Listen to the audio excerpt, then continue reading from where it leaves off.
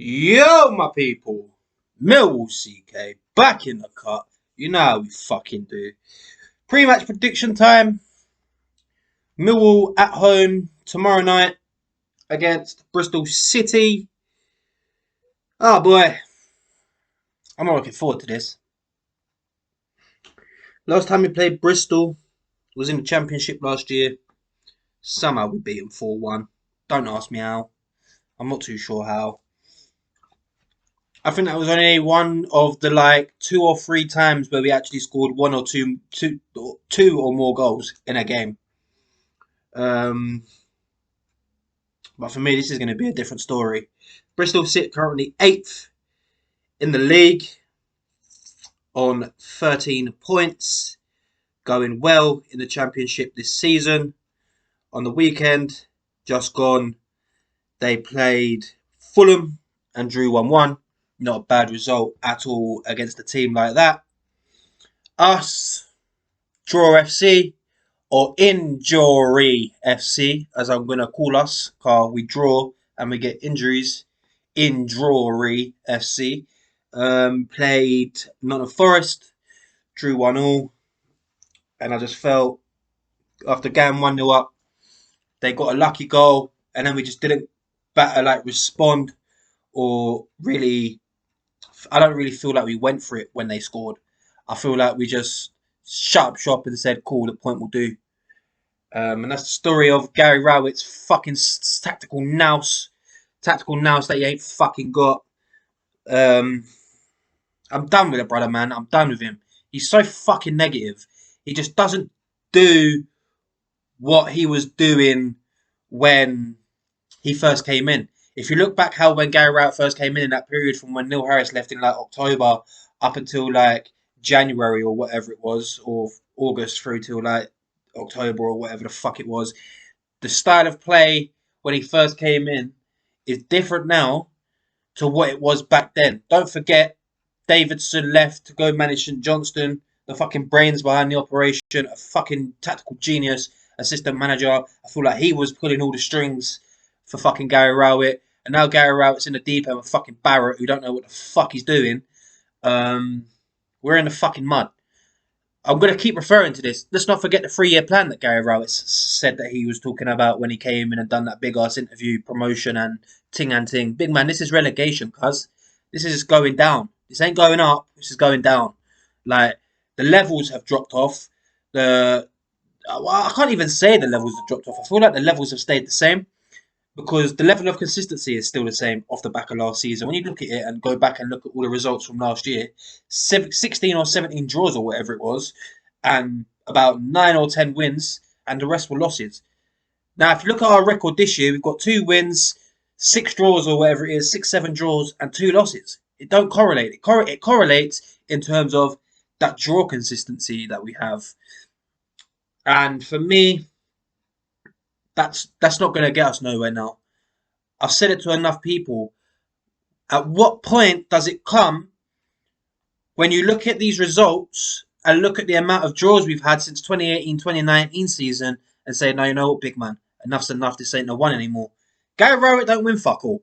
Gary Rowett don't get teams promoted. He came in talking all this bollocks about wanting to get more promoted. Big man, you've been sacked at every fucking job you've had because you're so fucking damn shit at what you do. And it's frustrating to watch. It's frustrating to have to come on here time and time again and say the same fucking shit. It's like rinse, recycle, repeat for me at the moment. Draw, injury, draw, Rowett out, draw, another draw, Rowett out. Rowett don't know what he's doing. Another draw. Oh, we lost. Oh, we won an odd game. Big man, I just want to be winning games on a more consistent basis. I want to see us put together a run of at least 10 games with at least 6 wins, 2 draws, and a possible 2 defeats. That's possible in this fucking league. There were times under previous managers and in previous seasons where we went 13, 14 games unbeaten on a spin, winning consistently, drawing the odd game, and then we lost. You probably people know what I'm talking about. It was when we was under Kenny Jackett all them fucking years ago, man. We can do it. We're a team that are capable of going on runs. But in this present moment, under this present management, We are not gonna do that. I'm sorry. Like I told you, I done said to you, like I put a poll on my Twitter, Millwall CK. Go check it out. Hit me with a follow. Socials are in the description, Instagram and Facebook.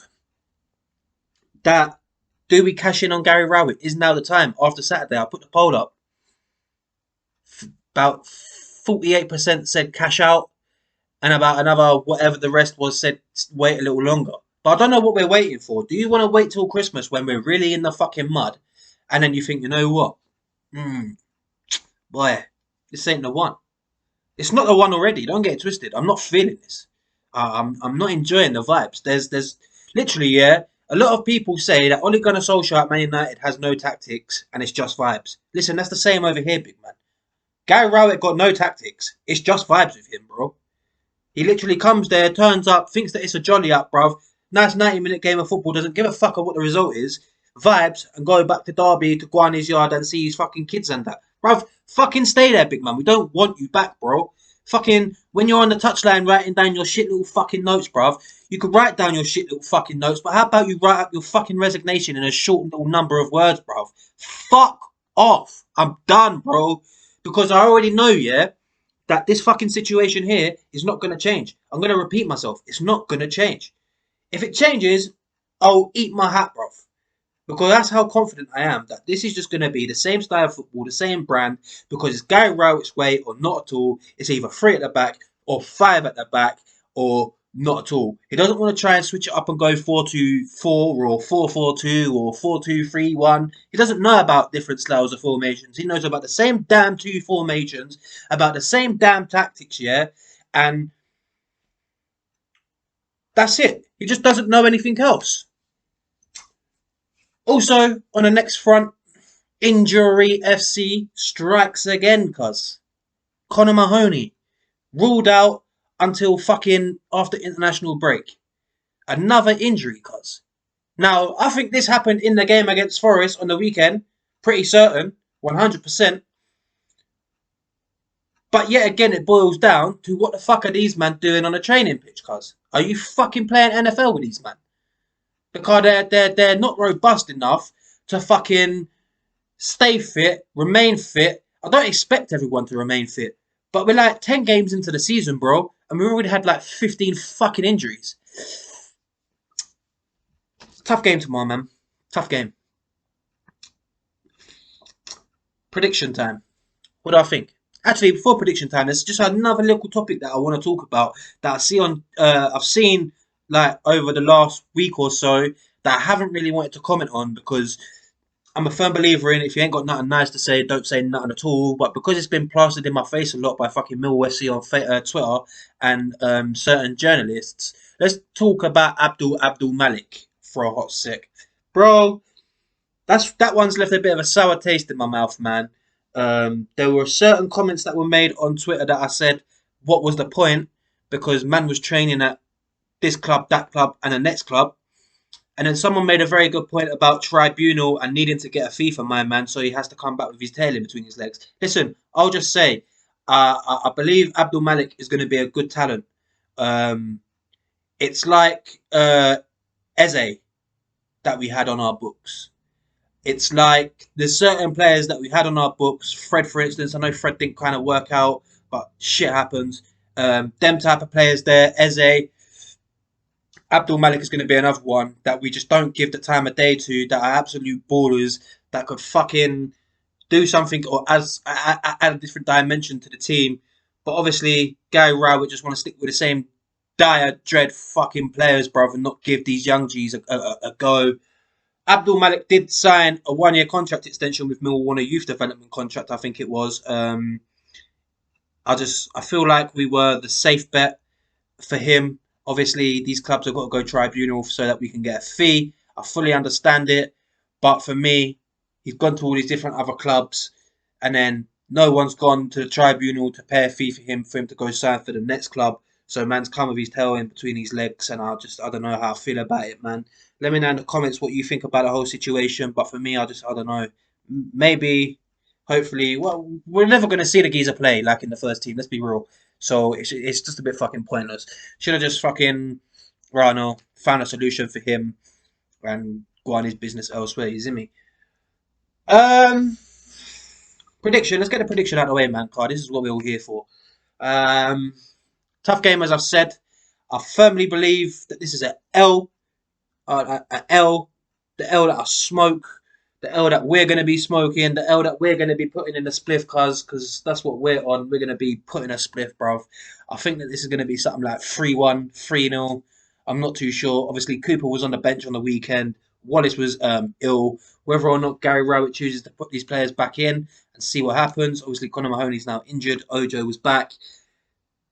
Smith scored. Bradshaw was on the bench.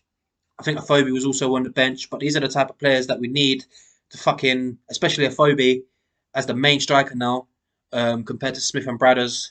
Obviously, he's still got that shit guy Bodvarsson knocking around the team because no one fucking wants him because he's shit. Yeah, man, it's gonna be a tough game, but I think that they're gonna beat us just because we're like four draws or 5 draws in a row since we beat Blackpool, or whoever the fuck we beat since whenever we beat them, because we don't fucking win games anymore. We just draw all the cunts. Um, so for me, it's an L, man. And if we score, it'll probably come from someone like Phobie or Wallace. Tough game, man. But let's see what happens. If you're new around here, I'm Millwall CK. Please smash a like, share it with your pals. Trying to grow the following, trying to grow the channel, trying to build a little bit of community. Everyone that's locked inside, I appreciate you all, man. Smash a like, hit the subscribe button, hit me with a comment with your score predictions. I've been Millwall CK, and I'm out. Peace. Come on, you Lions!